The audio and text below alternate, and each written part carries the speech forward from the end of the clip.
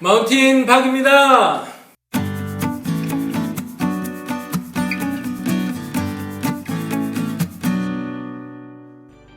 안녕하세요, 마운틴 박입니다. 영상 편집을 배워야 하는 이유와 영상 편집 툴 선택을 위한 내용들을 이전에 올렸었는데요. 오늘은 영상 편집을 선택하는 과정에서 누구나 거쳐갈 만한 이야기를 한번 해보겠습니다. 영상 편집의 궁극적인 종착점은 결국 두 개로 압축할 수 있을 것 같습니다. 바로 파이널 컷과 프리미어 프로입니다. 베가스 미안해. 여러분이 영상 편집을 시작하려고 마음먹었고 배워보려고 생각하셨다면 누구나 공감하실 것입니다. 아마 이미 여러 유튜브 크리에이터들이 유튜브를 통해서 비교 영상들을 많이 올려주고 계셨는데 그 영상들도 같이 참고하시면 참 좋을 것 같습니다. 파이널 컷과 프리미어는 둘 다 좋은 영상 편집 툴입니다. 사용하시기에 더 편리한 부분 그리고 자신과 잘 맞는 프로그램들을 선택하셔서 사용하시면 좋을 것 같습니다. 일단 파이널 컷과 프리미어의 비교점 첫 번째는 바로 가격입니다. 파이널 컷은 애플 앱스토어에서 빠꾸 없이 36만 9천원에 판매되고 있습니다. 물론 다른 나라의 앱스토어를 사용하시면 몇만원 또는 교육용 번들이라고 해서 파이널 컷과 모션, 로직과 컴프레서, 메인 스테이지라는 프로그램을 묶어서 25만 9천원에 판매하고 있습니다. 별도의 리딤 코드를 받아서 설치해야 되는 불편함이 있긴 하지만 로직이 24만 9천원, 팝컷이 36만 9천원, 모션이 6만 5천원, 컴프레서도 6만 5천원, 메인 스테이지가 3만 7천원이니까 다 합하면 이게 다 얼마야? 네, 78만 5천원이네요. 무조건 이 교육용 번들로 사야 합니다. 로직과 메인 스테이지가 필요 없다 하더라도 이게 훨씬 싸잖아요. 아무튼 그렇습니다. 다른 거 필요 없고 리딤 코드 받는 게 귀찮으시면 그냥 36만 9천원에 구입하시면 됩니다. 전 이미 2013년에 로직과 컴프레서를 구입했었는데 이 가격이면 번들을 구입할 수 있는 가격이잖아요. 제가 구입했을 당시에는 이 번들 프로그램이 없어서 못했었습니다. 애플 쪽에 전화해서 문의해보니까 이미 구입하신 건 어쩔 수 없다라는 답변을 받았습니다. 구입하실 거면 교육용 번들을 추천드립니다. 아무튼 팝컷의 가격은 그렇고요. 프리미어의 가격은 가격 정책이 월 결제 방식입니다. 프리미어 하나만 이용할 때 한 달 가격이 24,000원이고요. 어도비에 있는 모든 앱을 이용할 때는 한 달에 62,000원이라는 가격을 내야 합니다. 1년을 사용했을 경우 단일 앱으로는 27만 7,200원이고 모든 앱을 사용했을 때는 71만 얼마야? 모든 앱을 사용했을 때는 71만 2,800원입니다. 비싸죠? 근데 프리미어도 학생 할인이 존재합니다. 모든 앱을 월별로 결제할 경우에는 23,100원, 연간 결제로는 27만 7,200원입니다. 어쨌든 계속 영상 편집을 위해서 프리미어는 계속 금액이 지불돼야 하는 단점이 있습니다. 나중에 영상을 제작해 보시면 아시겠지만 파이널 컷은 모션이라는 프로그램도 같이 사용해야 하고 프리미어는 애프터 이펙터라는 프로그램도 같이 사용해야 합니다. 파이널 컷과 모션 가격은 43만 4천원이고 학생 번들을 사용하시면 26만원 정도에 구입하실 수 있습니다. 그리고 프리미어와 애프터 이펙터는 월 사용료를 내야 하기 때문에 조금 비싼 편이라고 이야기할 수 있습니다. 프리미어를 선택하시려면 반드시 학생 할인으로 하시는 것을 추천드립니다. 주변에 학생들 많잖아요. 그런 학생들의 명의로 구입하고 이건 불법인가? 일단 그렇게 가격을 알아보았습니다. 전체적인 가격을 고려해 보았을 때 파이널 컷과 모션보다 프리미어와 에펙이 훨씬 비싸다고 이야기할 수 있습니다. 여기서 잠깐! 파이널 컷은 매킨토시 컴퓨터에서만 돌아간다는 특징이 있기 때문에 가격적인 이점은 저는 쌤쌤이라고 봅니다. 매킨토시 컴퓨터는 같은 사양의 컴퓨터보다 2배 가까이 비싼 경향이 있습니다. 요즘은 해킨토시라는 방법도 있긴 하지만 사용상의 어려움이 있기 때문에 그것을 제끼고서라도 매킨토시는 비쌉니다. 같은 사양으로 단순 비교하자면 파이널 컷이 돌아갈 수 있는 맥북 프로 15인치형으로 이야기할 때 파이널 컷은 맥북 프로 13인치에서 원활하게 돌아가지 않는다고 하더라고요. 그래서 15인치형으로 볼 때 2.6GHz i7 CPU에 16GB 메모리 그리고 256GB SSD의 가격은 애플 공식 홈페이지의 경우 280만원에 책정됐습니다.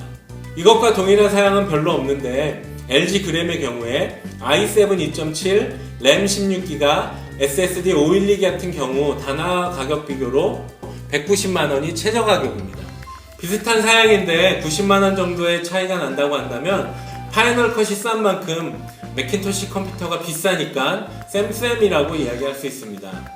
파이널 컷과 프리미어의 두 번째 비교점은 바로 속도입니다. 일단 실행 속도를 체크해 보았습니다. 저는 파이널 컷을 사용하기 때문에 매킨토시 컴퓨터가 있는데요.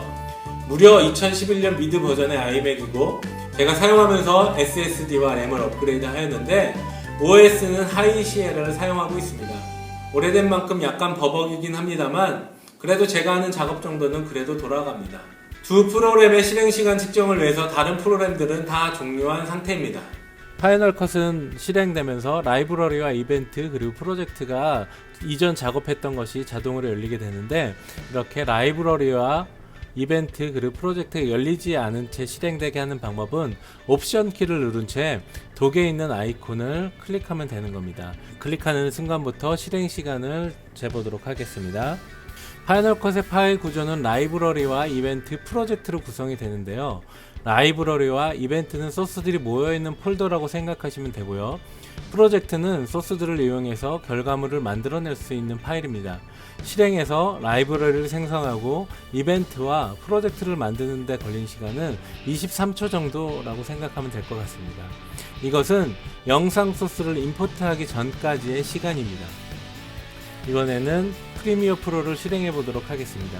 프리미어 프로도 역시 다른 프로그램들을 종료하고 단축 아이콘을 누르는 시간부터 시작해 보도록 하겠습니다. 네, 프리미어 새 창이 뜨고 새 프로젝트로 이렇게 설정해 본 결과 시간은 프로젝트를 생성하는 데까지 1분 15초 정도의 시간이 걸렸습니다. 매킨토시에서 실행되는 시간은 그렇고 전 IBM PC가 없어서 프리미어가 윈도우에서 실행되는 시간을 측정할 수는 없었습니다. 그리고 또 한 가지 임포트 시간에 비교를 해보겠습니다. 강의를 위해서 다운로드 받은 영상들을 불러와 보도록 하겠습니다. 요 새 영상을 임포트할 예정인데요. 파이널 컷은 임포트할 때 요 동그라미 단추를 누르시면 나오는 막대 그래프가 하나 있습니다. 이것이 임포트하는 진행사항을 볼 수 있는 건데 이게 끝까지 와야 끝난 것이라고 볼 수 있습니다. 13초 정도 걸렸네요. 이번에는 프리미어 프로에서 임포트를 해보겠습니다. 프리미어 프로에서는 이 창을 더블 클릭하면 임포트를 해볼 수 있는데 동일하게 요 새 영상을 가져오도록 해보겠습니다. 네, 프리미어 프로는 3.4초가 걸렸는데요. 사실 이것은 단순 시간 비교를 하기는 어렵습니다. 파이널 컷은 영상 소스들을 복사해서 라이브러리를 가져오는 형식인데요. 소스가 길면 길수록 그리고 용량이 크면 클수록 시간이 오래 걸리는 반면 프리미어는 영상 소스들을 복사해 오지 않고 그 영상이 있는 위치를 기억하는 방식입니다. 프리미어는 임포트를 한 후에 영상 소스들을 파인더에서 이렇게 옮기게 되면은 프리미어에서 미디어를 찾는 중이라고 이렇게 나옵니다. 오프라인으로 뜨게 되는 거죠. 파인더에서 위치가 변경이 되었기 때문에 프리미어 프로에서 원본을 찾지 못하는 것입니다. 소스들을 임포트하는 그 임포트의 방식이 달라서 단순하게 시간이 빠르다 느리다의 차이는 이야기할 수 없을 것 같습니다. 또 한 가지 시간을 비교할 것은 영상을 출력해서 결과물이 파일로 형성되는 익스포트의 시간인데요. 아까 가져왔던 파일들을 가지고 이렇게 나열을 해서 익스포트의 시간을 비교해 보았습니다. 근데 시간이 오래 걸려서 다 보여드릴 수는 없고 그리고 파이널 컷과 프리미어 프로가 똑같은 방식으로 익스포트를 하는 코덱을 찾을 수가 없어서 단순하게 시간 비교를 할 수는 없을 것 같습니다. 익스포트의 시간은 프리미어 프로가 조금 더 빨랐던 것으로 측정은 됐습니다. 세 번째 비교점은 바로 인터페이스 구조입니다. 많은 분들이 이야기하는 파이널 컷의 강점은 직관적인 인터페이스입니다. 요즘 대부분의 영상 편집 프로그램들은 대부분 이런 인터페이스 구조를 가지고 있죠. 소스들이 자리하고 있고 오른쪽에 뷰어가 있고 그 아래에 타임라인이 있는 대부분의 영상 편집 프로그램들이 처음 보면 이 구조를 가지고 있는데 파이널 컷이 10으로 넘어오기 전에 7이었을 때만 해도 화면 구성이 참 쉽지는 않았습니다. 그런데 10으로 넘어오면서 인터페이스가 많이 단순해졌습니다.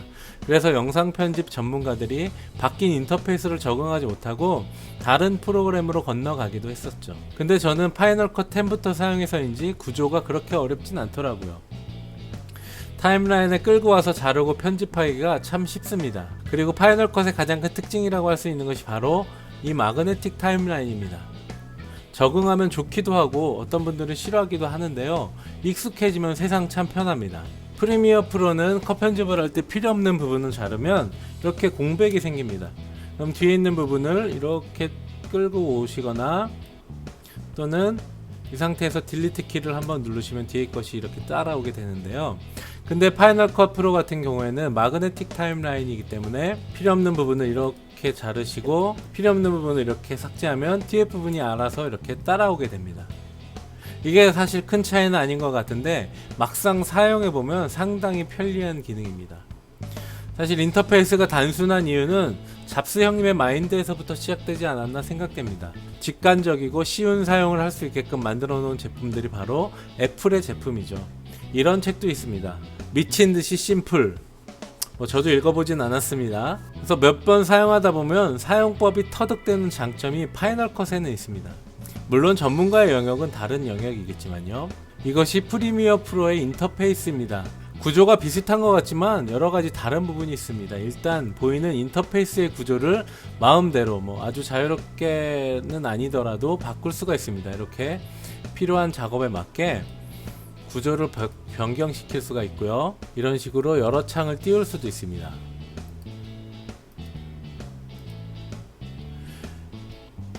어떻게 보면 전문가스러운 화면 구성을 할 수가 있는 점이 있죠. 근데 초보자 입장에서 보면 이건 무슨 기능을 하는 창인지 이건 어떤 기능을 하는 건지 일일이 배우고 찾아야 하는 어려움들은 있습니다.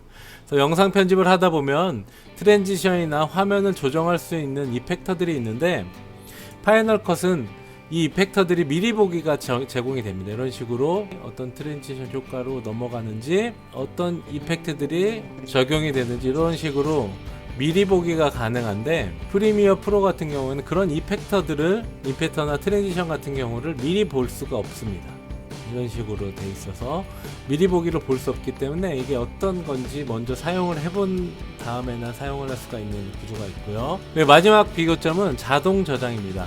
파이널 컷은 별도로 저장하는 메뉴가 없습니다. 왜냐하면 파이널 컷은 작업을 하는 실시간 동안 라이브러리 안에 저장이 되는 구조이기 때문인데요. 프리미어는 작업을 하고 저장을 해야 프로젝트가 저장이 됩니다. 물론 프리미어도 설정 기능에 자동 저장 기능이 있습니다. 프로젝트를 자동 저장할 수 있는 기능이 있지만 팝컷에 비하면 조금 아쉬운 면이 좀 있죠. 워드 작업이든 PPT 작업이든 영상 작업이든 간에 몇 시간을 작업했는데 저장을 하지 않아서 날아가는 경험을 해보셨나요? 정말 짜증납니다. 물론 팝컷의 경우도 오류가 났을 경우에 바로 전에 작업한 부분이 날아가는 경우도 간혹 있긴 하지만 그 범위가 그렇게 크지는 않은 편입니다. 또 한 가지 마지막 비교는 프로그램이 구동되는 것 자체가 팝컷은 가볍고 프리미어는 무거운 편입니다. 어도비사의 프로그램들 포토샵과 일러스트, 에펙 같은 경우는 컴퓨터의 리소스를 많이 차지하는 경향이 있는데요. 컴퓨터가 사용하는 리소스를 실시간으로 확인할 수 있는 활성 상태 보기라는 프로그램이 맥에는 있습니다.